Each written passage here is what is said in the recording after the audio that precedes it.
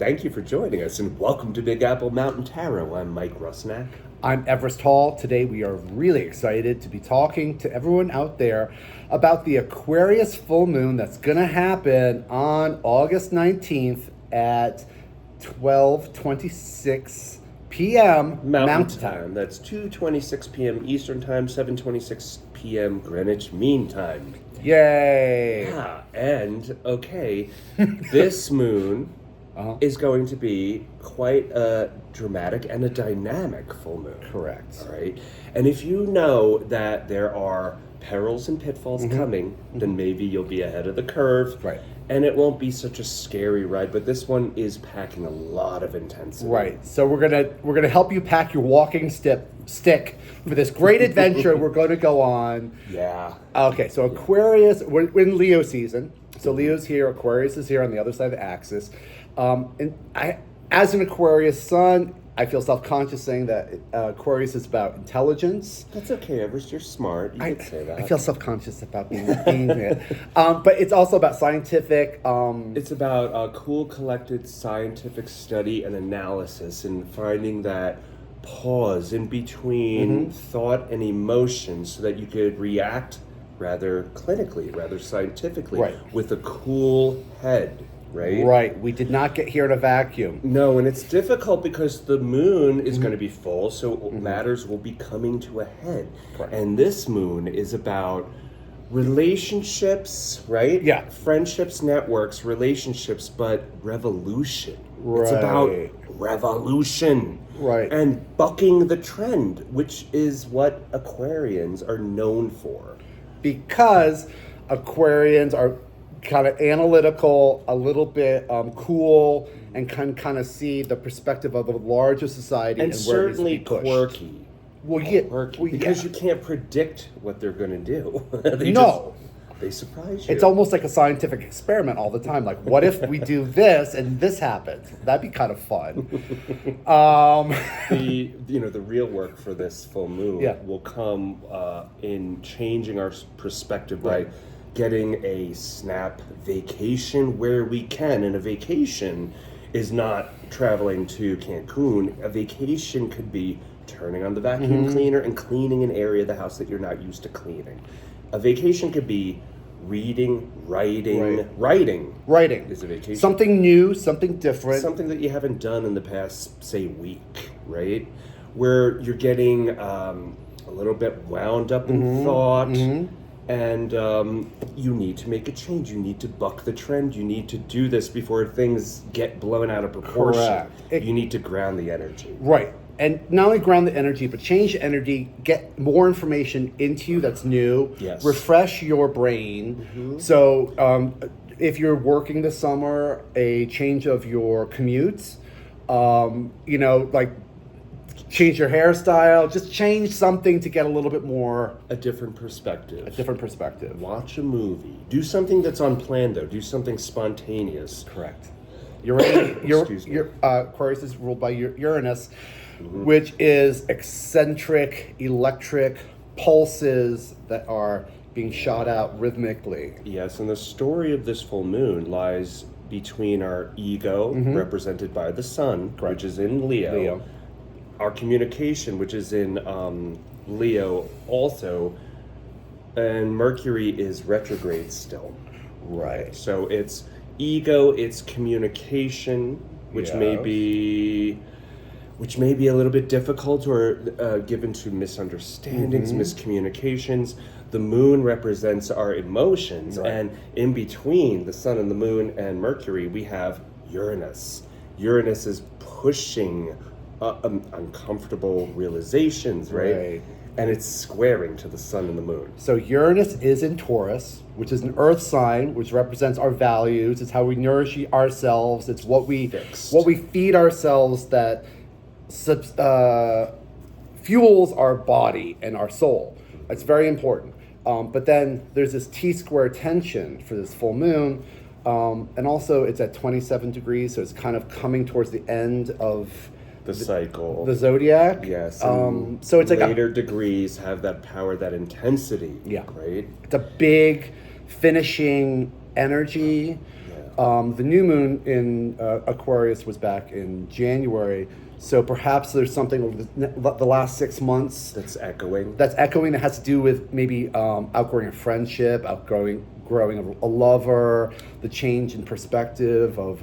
I think we've been through so much over the past year that perhaps we've grown internally.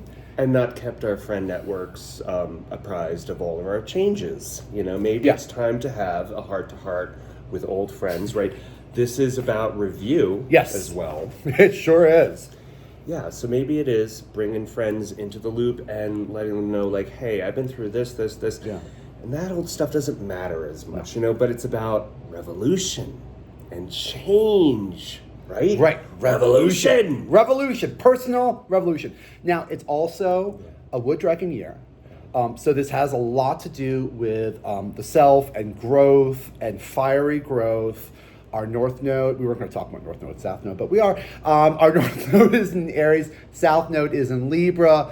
So it's still finishing up that Libra, getting away from appeasing and pleasing people. Pleasing. It's about standing out as an individual. Right. And as we get to the end of this year, the North Node will back into the sign of Pisces, the spiritual sign of Pisces. And as the North and South Nodes keep backing up, it is like the great year, right, Everest?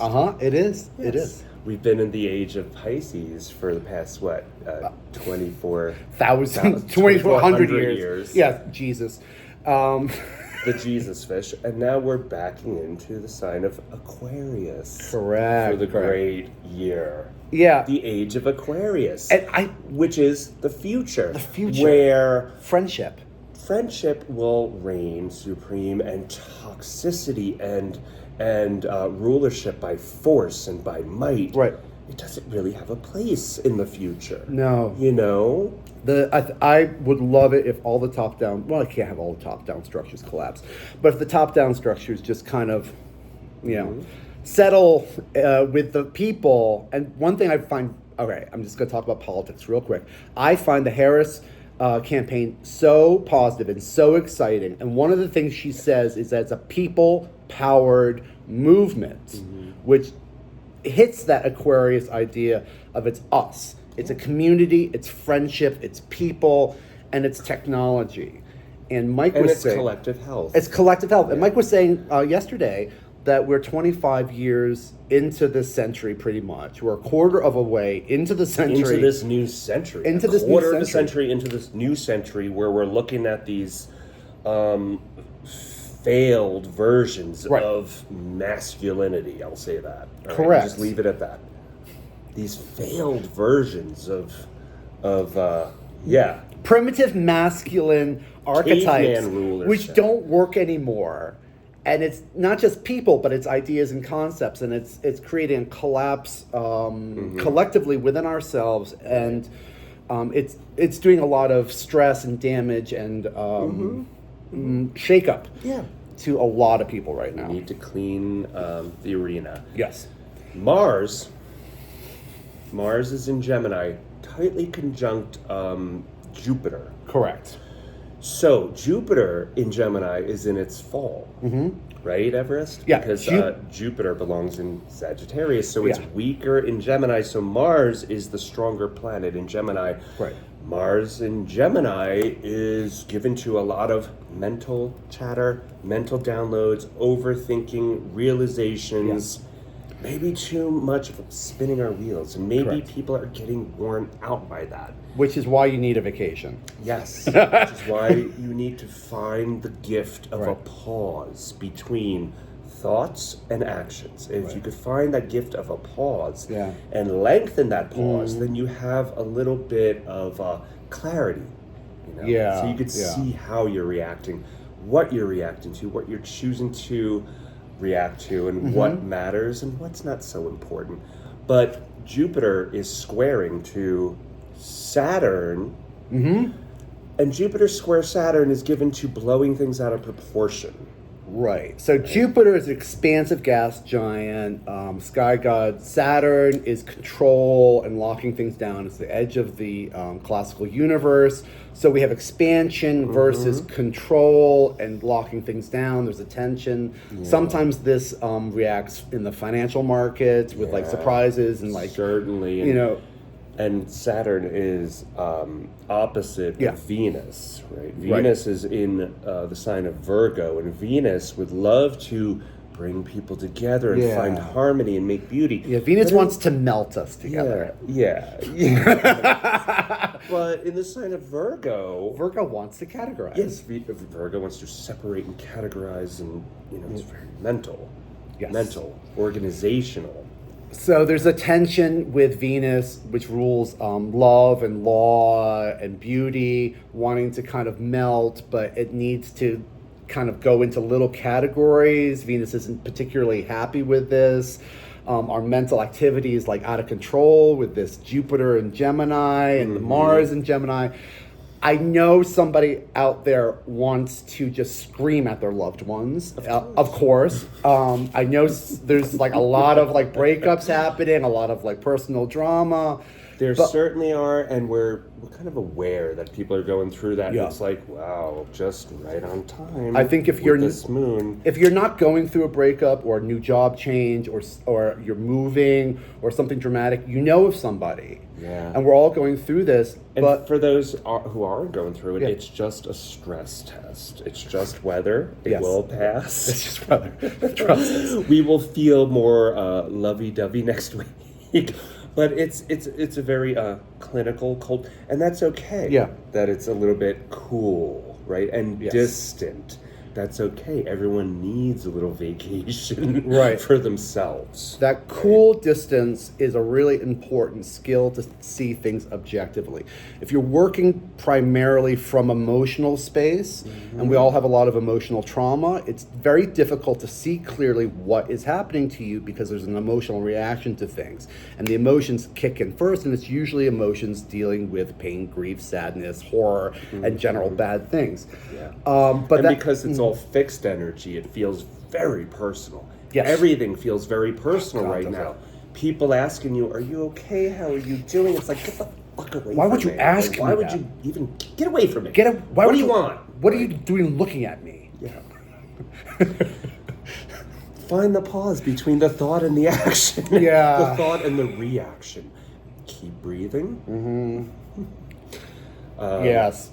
Just keep breathing and just realize other people are probably not doing things on purpose to you to make you crazy. No. It just feels like that because it's an emotionally tight time. And if we use this Aquarian tool of distance, and now that we had a good time on Good Time Island, Leo, new moon, hopefully we had a really good time, so we feel pretty like satisfied. Absolutely. And beware that in the next several months, things are going to get crazy as Pluto backs into Capricorn for one final scrape.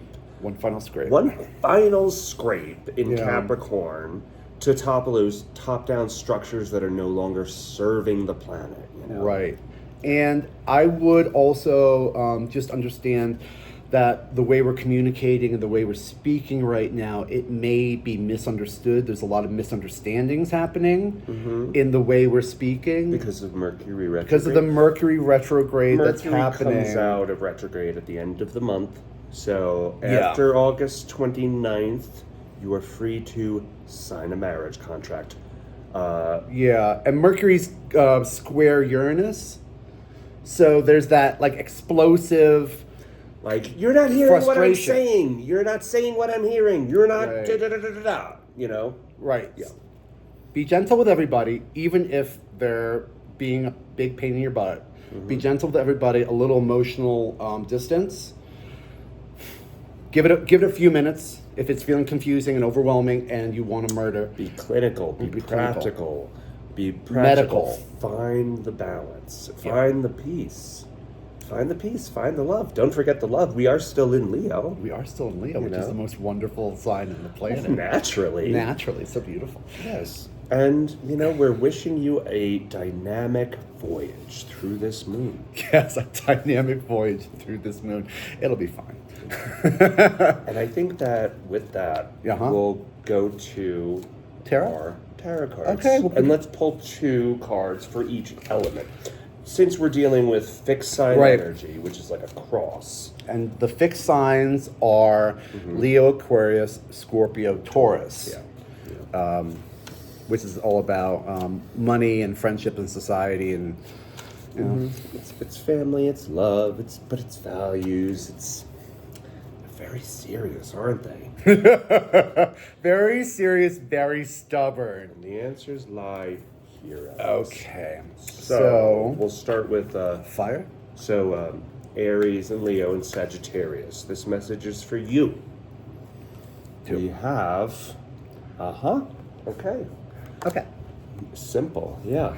Okay, hey, were things cloudy and confusing and now they might seem a little bit more clear? Well, perhaps the Queen of Swords is adding clarity. She's got the Sword of Truth. This has a little bit to do with law and moral attitudes. There's a precision. Don't forget morality. Right? Don't forget morality and our own personal morality. It does matter. It's very important. In 2024, morality is a big deal. Our value systems, our personal value systems are incredibly important. We've learned a lot and don't we have to share. Your value systems determine what everyone else's value system should be. Why? That's not the way it works. Because if we do that, we're going to have a circular argument. And I kind of feel like this is that, keep the lid on your hot pot energy. So here we have truth. Here's an idea. Here is a epiphany, a realization. That's right. Wonderful word. That's too many cooks in the kitchen. This is too much personalization, too much confusion around simple communication. Right. Perhaps we have an epiphany about how we want to live. And if we share it with our family, there might be a roundabout argument on what's happening. Opening up to a committee. No. There's no committee. It's personal. Okay. So Earth. for Taurus, Virgo, and Capricorn. Okay. All right. Okay. Charity. 6 of Pentacles, and you decide who you are in this scene too. When you see this card, who do you immediately identify with? Are you the man who's handing out the Pentacles / value system? Are you receiving, like this fellow, or are you in need, like this fellow? Now, this has a lot to do with worldly authority. Yes. Here is the Emperor, the King of Kings, the earthly king, and he has his armor on, and he's sitting on his stone, square, fixed, hard throne. He's all cloaked fire. in his comfy robes, fiery robes, but ready to fight. This is Aries energy. This is Mars energy. This is that Martian king. And how does worldly authority affect us? Can we share? Is that an option? Is that an option? Can we share our worldly authority? Could there be enough for everybody? Could there? Could there? Do we have enough in our coffers to share with everybody? Yes. Are we this guy or are we this guy? And there's this relationship between worldly authority and poverty. The Emperor, he doesn't really take a lot of interest in his subjects. He just does his will. And there can be a lot of backlash karmically to that. And we could end up impoverished. If we're generous in our kingship, as we've learned with our Leo energy, then we can be this fellow and we can share. I am nothing without my audience. I know, right? After all. Then we can share our wealth. The Pentacles are values. It's not just money. Sometimes it's money, but it's, I like value systems. So Gemini, Libra, and Aquarius. Nice. I'm dressed for this. Okay, we'll start here. Okay. Contracts. This is who you choose to get into bed with. The stuff that you put up with that you know is driving you to an early grave, but you're like, well, I chose this path anyway. I have to do it. I have to do it. I have to do it. Right. Then you keep telling yourself this story year after year. I have to do it this way. I have to. But then you realize I could take the collar off. I could take the chains off. It's really easy to get out of these bounds. So what Mike is talking about, you can see right there, these two figures, the male and the female, they're loosely bound to the devil. The devil is toxicity, it's contracts, it represents Capricorn, top-down structures, authority, dark money. The contracts we get into to kind of get somewhere. And then we have the other card, which is this beautiful abundance. The garden is full of fruit. Mm-hmm. 9 pentacles. Nine of It's Pentacles. beautiful. It's luxurious. How do we enjoy it? How do we grow into our robes that don't quite fit us? Right. How do we become comfortable, right, in this Have we made a contract subconsciously or consciously to achieve this level of luxury? This is a pretty positive card, but this luxury, is it in contract to toxicity? Is there a, is there a give and take here? It's looking at this contract saying, could I have done it better or differently, or can it be changed? Can it be changed? Now, Pluto is in Aquarius, and it's affecting the air signs, and it is deconstructing and reconstructing our realities and our friendships and our ability to interact with each other. Our society is changing for the better. Changing. The internet is changing. It's going through its Saturn return. And the contracts we have are being reevaluated. Hopefully, so we can get to this beautiful space. And I love this on this card. She has a falcon there, which, it's air, it's thoughts. She's able to share her wealth of garden, of abundance through her thoughts. Sending out and receiving information. Sending out and receiving information. Okay, so now water. Water. Yeah. Okay, so we have it's Cancer, Scorpio, and Pisces. Bing, bing, bing. Nice. I love the cards today. Yeah, right? Yeah. Well done, Ev. I pulled a new deck that we haven't used for a while. Okay, so we have Ace of Wands. Here comes the judge. Passion. Here comes passion. It's primary passion. This is the root of all passions. This is God's hand. It's passion, but it could be a tool.